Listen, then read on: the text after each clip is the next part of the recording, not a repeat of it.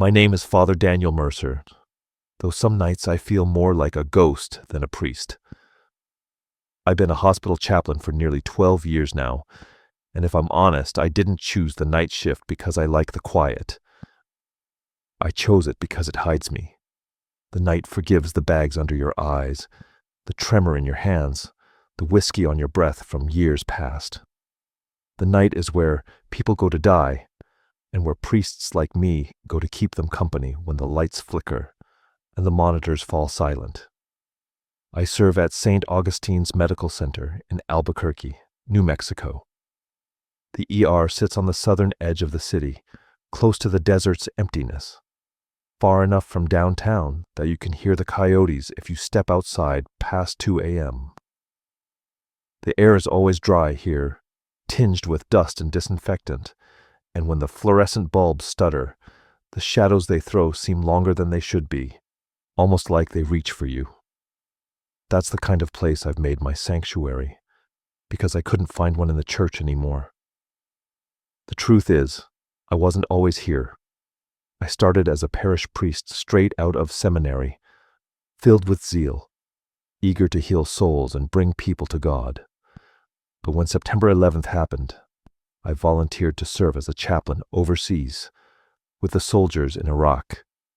I thought my faith was unshakable then. I thought I could stand in the dust of war, whisper prayers over men torn apart by shrapnel, and never lose sight of the light.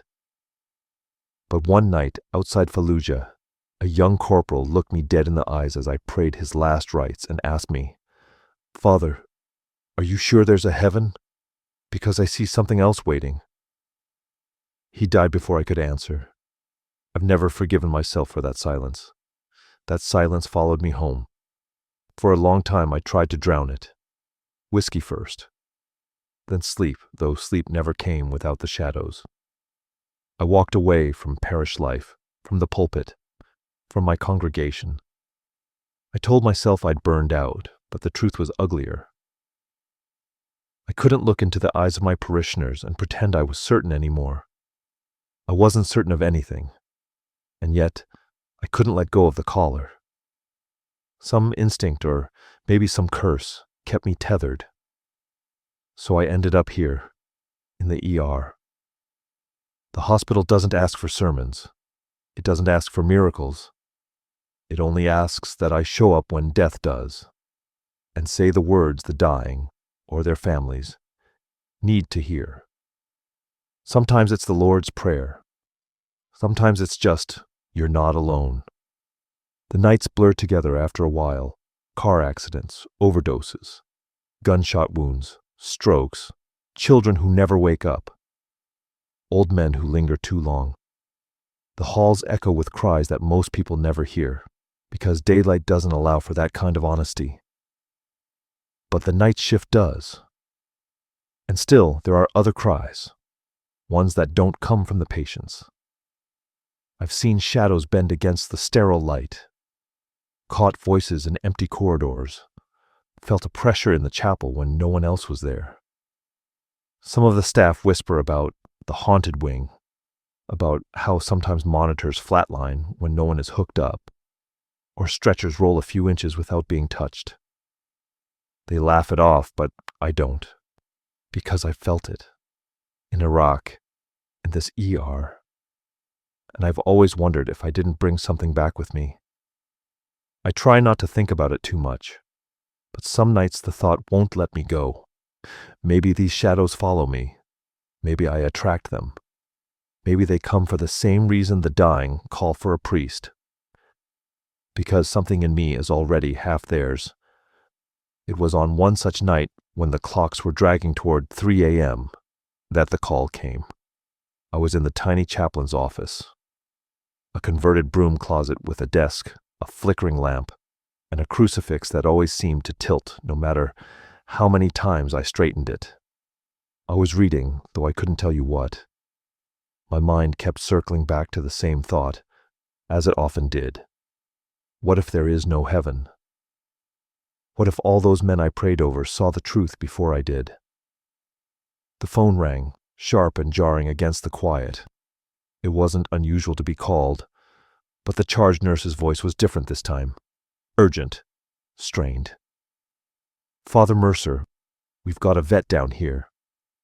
Overdose. He's slipping fast. You should come now," I almost asked. Why me? But I didn't. Because I already knew.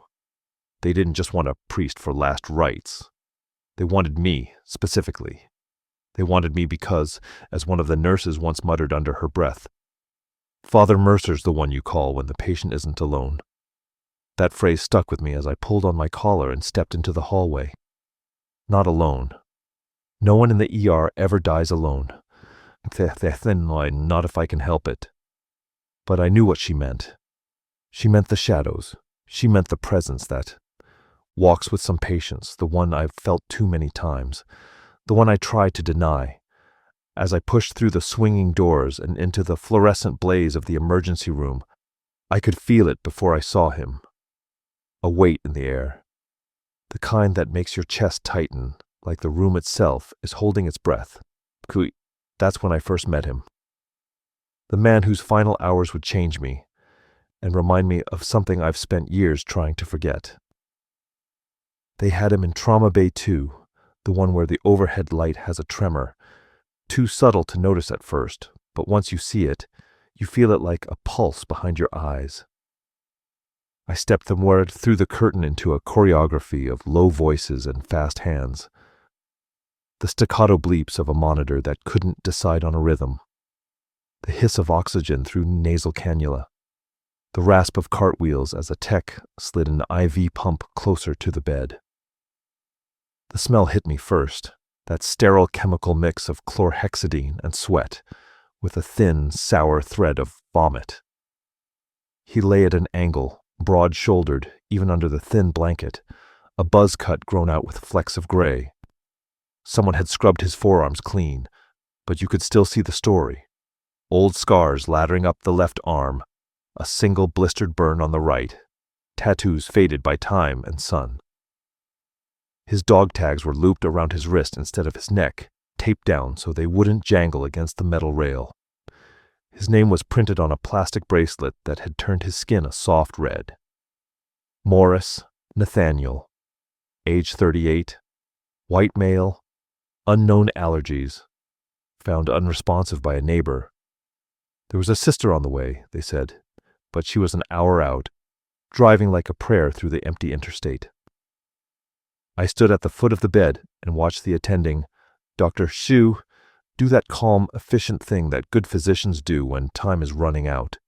He came in bradipneic, she murmured, eyes on the monitor, respirations down to 6 a minute. EMS bagged him. Naloxone en route, minimal response. GCS, 8 on arrival, now 10. We're trying to keep him here.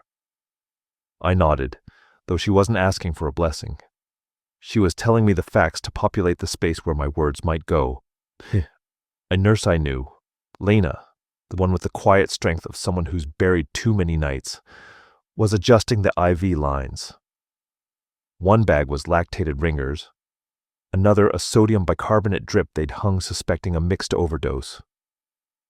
Someone else had started a warmed saline infusion, because his core temperature had dipped, even though the room felt hot to me, my collar suddenly tight. "Talk screen?" I asked, not because I needed to know, but because it gave me something to hold. "Prelim," Lena said. "Opiates positive, benzos positive, ethanol elevated, but not lethal. We sent for serum acetaminophen and salicylate. His labs are late. Night crews backed up." She leaned closer to the patient's face to check his pupils. "Pinpoint," she said softly, almost to herself. "Still."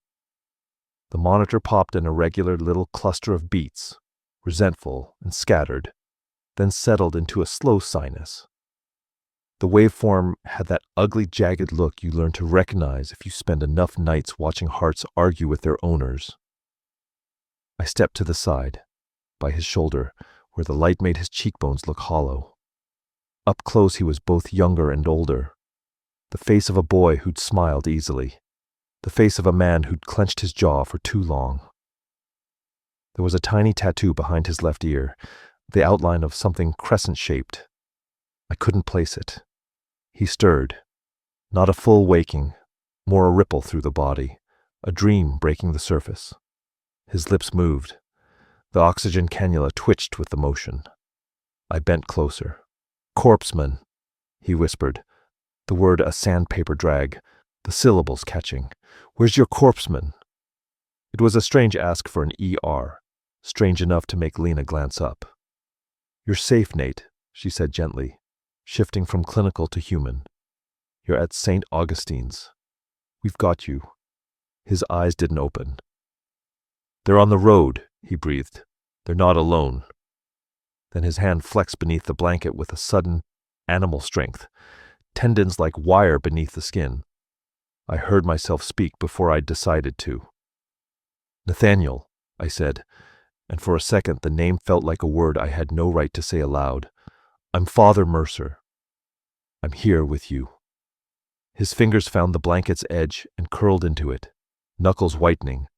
"Father," he rasped, and the word was not reverent so much as relieved, the way a man might say, "Water." "Don't let them in." "Who?" I asked, too fast, too softly. "Who do you mean?" He swallowed. The muscles in his throat worked against the cannula's tubing. "Not mine," he whispered. "Not anymore." The room seemed to narrow around us, the edges of my vision, tightening the way they do when you stand too fast. I put a hand on the bedrail because I didn't want to touch him without consent, not when touch can be both anchor and intrusion. The crucifix around my neck felt heavier than usual, the chain a taut line against my collarbone. Dr. Shu was ordering another naloxone push, low dose, careful not to precipitate a violent withdrawal. The respiratory therapist, a kid with sharp eyes and a gentleness that made you trust him, was tweaking the oxygen flow. "If he loses airway, we're intubating," Shu said, as much to me as to the team, like she needed the confession too. Another nurse charted in the corner, the quick, efficient taps of someone who records reality to keep it from vanishing. I caught Lena's gaze. "You said he wasn't alone," I murmured. "Why?" She hesitated, then glanced at the curtain as if the sound could leak through fabric. "EMS said when they found him, there were footprints in the hallway," she said softly. "Bare. Dust prints. But no one else in the apartment. Windows locked. Neighbor swears she heard talking through the wall, but she lives alone. It could be nothing. It's probably nothing." We both knew the odds favored an explanation that would hold. Hallucinations. Gases. A neighbor's TV. The human brain is a factory of faces and clouds and voices and static. But her pupils had widened.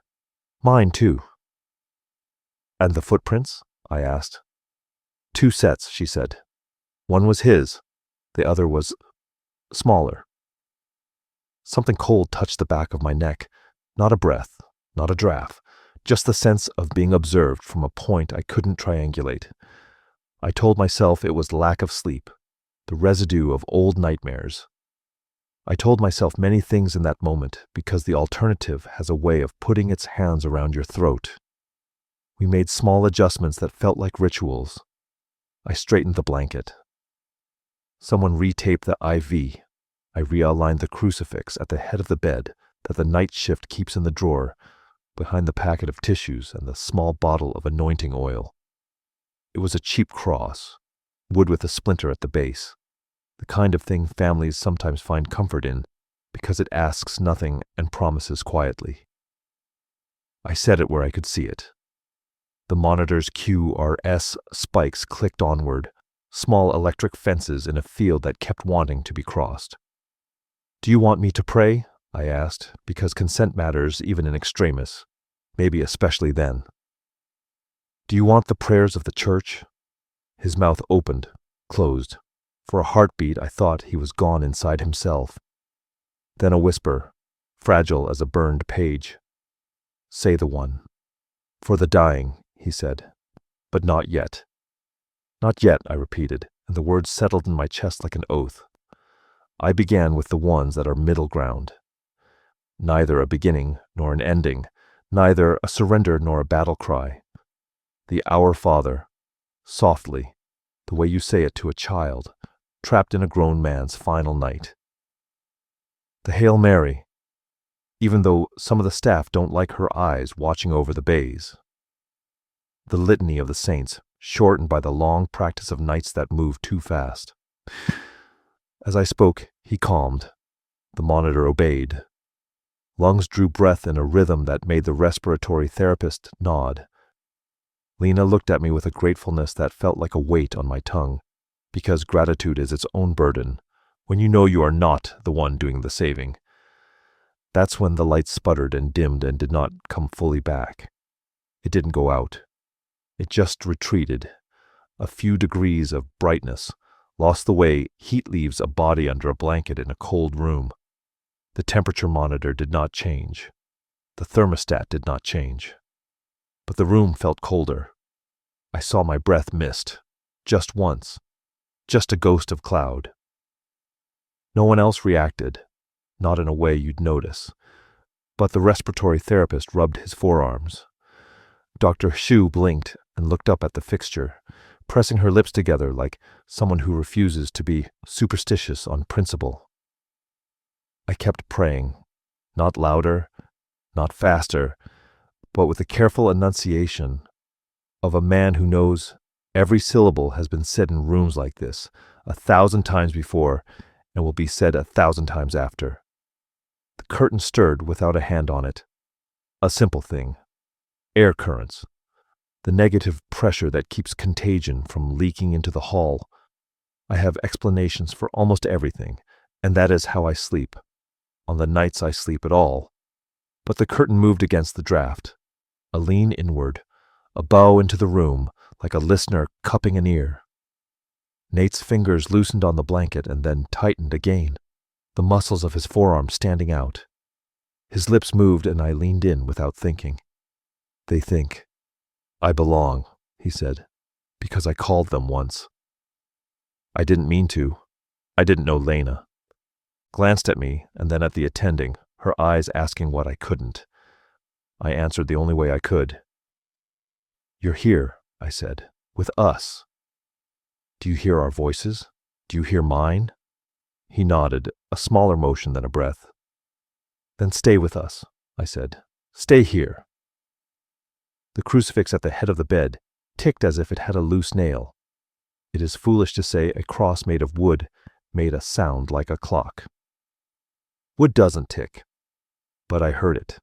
3 gentle clicks, evenly spaced, the way a second hand touches time and then moves on.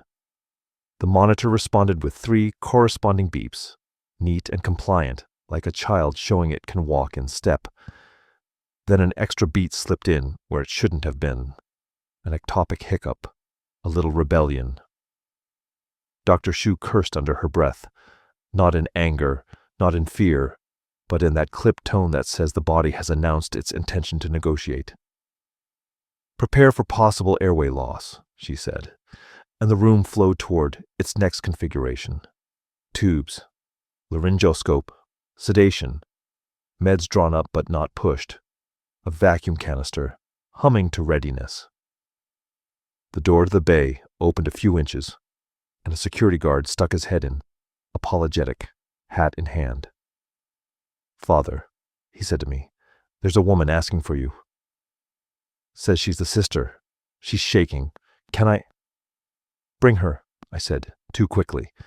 The guard hesitated, looked at the flurry of motion. Only if the doc says, okay, he added rightly. Dr. Hesu looked at the clock, at the vitals, at the man on the bed, and then at me. She nodded once. 2 minutes, she said. Then she waits outside until we stabilize. I stepped backward, toward the door. The air felt thicker, as if the room were filled with a fog only my lungs recognized, a weightless substance that still had the audacity to press. I told myself to breathe. I told myself I was tired. I told myself the night makes monsters of shapes and saints of shadows. And as I reached for the curtain, I felt it, the smallest resistance, like another hand on the fabric from the other side, holding it closed against me. Polite but firm, as if asking not yet. The sister's name was Claire, and she looked older than her 35 years when the guard led her in. Hair tangled from the drive, sweatshirt half zipped, face pale with that particular kind of shock that erases sleep from the skin. She froze when she saw her brother, tubes and lines binding him to a world he seemed desperate to leave. For a heartbeat, the monitor softened, like his body recognized hers and leaned toward it. I stepped beside her. "He knows you're here," I said. Her lips trembled. He was doing better," she whispered. "He told me he was done with it. He said last week he wanted to try again. He said he wanted to fight." She turned to me with eyes too sharp for grief alone. "Is he dying?" I wanted to tell her no. I wanted to tell her this was just a valley, that the mountain was still climbable. But I'd made that mistake before, with soldiers, with strangers, with my own reflection. So I said the only thing I could. "Not yet." She clutched the railing, knuckles whitening, and then bent close to him. "Nate," she murmured, "I'm here. You don't have to be afraid." His lids twitched. His lips parted. And with a breath that smelled of ethanol and copper, he whispered, "Too late." "They're already here." Claire jerked back, eyes darting toward me. "What does he mean?" "Who's here?" I had no answer, because I felt it too. A pressure at the base of the skull, the way a migraine blooms before the pain arrives. The light overhead fluttered again, a brief strobe, and in that flash of dimness, I saw the crucifix at the head of the bed tilt. Not fall, not sway with the curtain. Tilt, like invisible fingers pressed it down and let go. Lena saw it too. I know she did because her eyes cut to mine, wide, unblinking. Dr. Jesus snapped, "Focus, people." But her voice trembled at the edges, and I realized even the most rational minds bend when the air turns wrong. Nathaniel groaned. His chest heaved like he was drowning on dry land. His hands shot out, not to me, not to his sister, but toward the curtain, as if reaching for something none of us could see. And then, silence. Not the peaceful kind, the suffocating kind. The monitor froze on a flat line for half a second before stuttering back to life. The respiratory therapist cursed. "We're losing him." "No," Sue barked. "Not yet." Bag him. Push one more. Hands moved, bodies closed in. But all I could do was watch the curtain. It rippled. Not outward, like someone brushing past in the hall. Inward, into the room, like a breath drawn from the wrong side. Claire gasped. She had seen it too. "Father," she said, voice rising. "What is that?" And in that moment, Nathaniel's voice split the chaos. Louder now, cracked but deliberate. "Don't let them open it! Don't let them through!" Every eye snapped to him. His pupils were blown wide, swallowing the color. His arm thrashed, catching his sister's wrist. "The gate," he hissed. "It's at the gate." The word cut through me like shrapnel. Because I'd heard it before. Not here, not in this ER, but in the desert with that corporal in Fallujah, the one who'd asked if heaven was real. He'd said something else first before he died. I'd buried it in memory, wrapped it in whiskey, prayed it silent, but hearing it again ripped the scab open. He'd said, "I see the gate, Father, and it's not heaven waiting." The monitor screamed as Nathaniel's heart rate spiked into a jagged storm. Nurses called out numbers, doses, vitals in clipped bursts, but the words blurred. Because my own chest was tight, lungs constricted not by medicine or fear, but by recognition. This wasn't just delirium. It wasn't just dying neurons firing sparks. This was the same phrase, the same warning, carried across 2 decades, 2 continents, 2 men who never knew each other. And if there was a gate, then something waited at it. Claire sobbed, gripping her brother's hand with both of hers. "Stay with me, Nate. Stay with me. Please." I moved to the head of the bed, fingers brushing the cheap wooden cross. I started the prayers for the dying, though he had asked not yet, because I didn't know if this was dying or something worse. My voice trembled, but the words came steady, ancient syllables that have stood against centuries of fear. And as I spoke, the curtain drew back a full hand's width. No one touched it. No one was near it. Cold air spilled through, bitter as open desert at midnight. Claire gasped again, clutching her brother, eyes locked on the space beyond the gap. I didn't look, not yet, because I was afraid of what I'd see if I did, but I could feel it. Something had been invited. Something was waiting, and Nathaniel Morris, combat veteran, overdose victim, dying brother, whispered one final thing before the monitors drowned his voice in static. "They're already inside." The heart monitor became a storm. Alarms split the sterile air, each bleep a hammer against my skull. Dr. Shu shouted orders. "Epi now! Charge to 200. While nurses moved in perfect, frantic rhythm. But beneath their voices was another sound, one only I seemed to hear. A low murmur, steady as a chant, threading through the chaos. Not English, not any language I knew, yet my bones seemed to recognize it. Nathaniel convulsed. His limbs struck the rails, restraints pulled taut. Claire screamed and Lena pulled her back. His eyes flew open, and for the first time I saw them fully. Pupils black, round voids that swallowed the fluorescent light until they looked like twin eclipses. He fixed on me, not his sister, not the doctors, me, and choked out words that made my blood run cold. "You've seen it, Father. You brought it back." The charge nurse called clear. The defibrillator paddles kissed his chest and his body arched in an unnatural bow before slamming back to the mattress. For an instant the monitors obeyed, tracing a jagged pulse. But Nathaniel wasn't finished. His mouth gaped and a sound poured out. Not a cry, not a groan, but a guttural, layered roar, like more than one voice was speaking through him. The lights flickered hard. The crucifix at the head of the bed tipped forward, fell, and clattered against the tile. Claire dropped to her knees, sobbing, hands over her ears as if the sound could physically wound. I bent and snatched the cross, splinters biting my palm. I pressed it against his shoulder, though I knew the staff were watching, though I knew how insane it looked. His skin was ice cold, a shocking chill that burned through the wood. "Be still," I said, voice raw, half command, half prayer. For a moment he stilled, and then he smiled. Not his smile, a thin, knowing curl that didn't belong on his face. "You failed him," the voice said. Not Nate's, something riding his breath. "In the desert. You failed them all. The gate opened and you watched. I staggered back. My chest was heaving now, a soldier again, under foreign stars. The screams of men who died asking me for hope I could not give. For years I'd wondered if those were just hallucinations of the dying, neurons firing sparks as they slipped into nothing. But what if they weren't? What if I had looked straight into hell and chosen silence?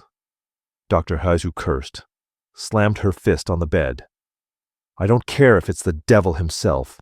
Keep him alive," she snapped, and shoved another syringe into the IV port. Her defiance cracked the spell for a moment, and the monitor clawed back a rhythm. But Nate's voice, whatever voice was inside him, didn't stop. "Every prayer you speak is ash," it rasped. "Every life you blessed is mine. You walk with us, Daniel. You always have Lena crossed herself." She wasn't Catholic, I knew that, but she did it anyway, her fingers trembling. The respiratory therapist dropped a clamp, cursed, bent to retrieve it, but his hands shook too.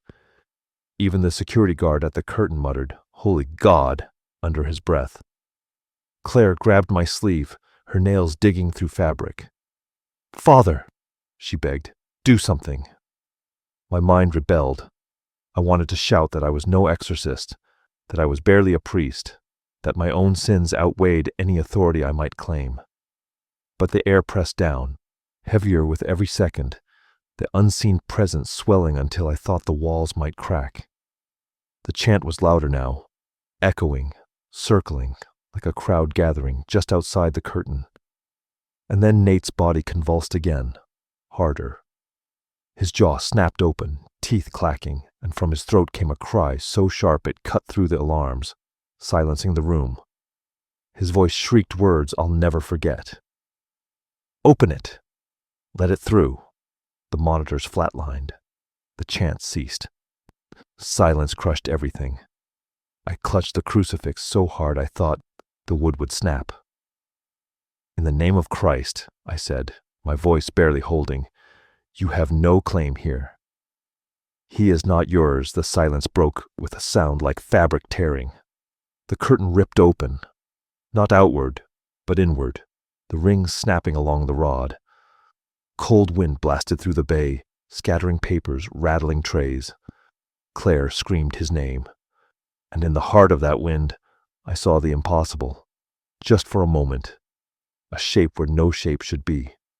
Blacker than shadow. Tall as the doorway, its edges rippling like smoke pulled into a lung. No face, no eyes. Just hunger. My knees nearly buckled. But instinct or faith or madness forced the words from my throat. "The Lord is my shepherd. I shall not want." The shape flinched. The monitor bleeped once. Just once. A tiny spark of life. "Yea, though I walk through the valley of the shadow of death, I will fear no evil." The wind tore at me, at Claire, at every soul in that room. But I kept speaking, louder, firmer, not because I believed, but because the words had weight, older than my doubt. And just like that, gone. The wind ceased. The curtain fell limp. The shadow withdrew as if it had never been. The monitor traced a weak but present rhythm. The room exhaled as one. But Nate's lips moved one final time, a whisper that I alone leaned close enough to hear. "It's not over, Father. It never closes after the storm. There was only exhaustion. The kind that seeps into marrow and lingers long after the adrenaline fades." The ER returned to its rhythms, alarms, charting, orders, but the room itself felt hushed, as though every soul inside had agreed not to speak of what had happened.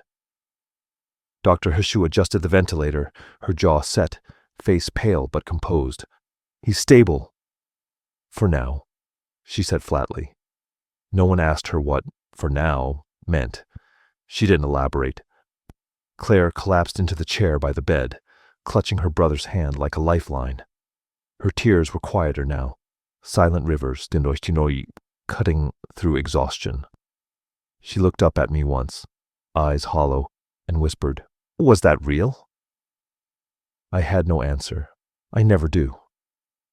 Lena straightened the curtain, fixing the torn clips with trembling fingers. She avoided my gaze, but when she finally looked at me, it was with a fear I'd seen before in soldiers, the kind that doesn't need words, the kind that says, "I saw it too." I picked up the crucifix from where it had fallen. The wood was splintered, but intact. My palm still bore shallow cuts where I'd gripped it too hard. I slipped it into my pocket instead of putting it back on the shelf. Some objects, once claimed, cannot be returned to their place. The security guard lingered near the doorway, hat pressed to his chest. "I'll, keep watch," he muttered. His voice shook despite the attempt at bravado. And then he left, almost running, his boots echoing down the corridor. Hours bled together after that. I stayed with Claire until dawn brushed pale against the ER windows.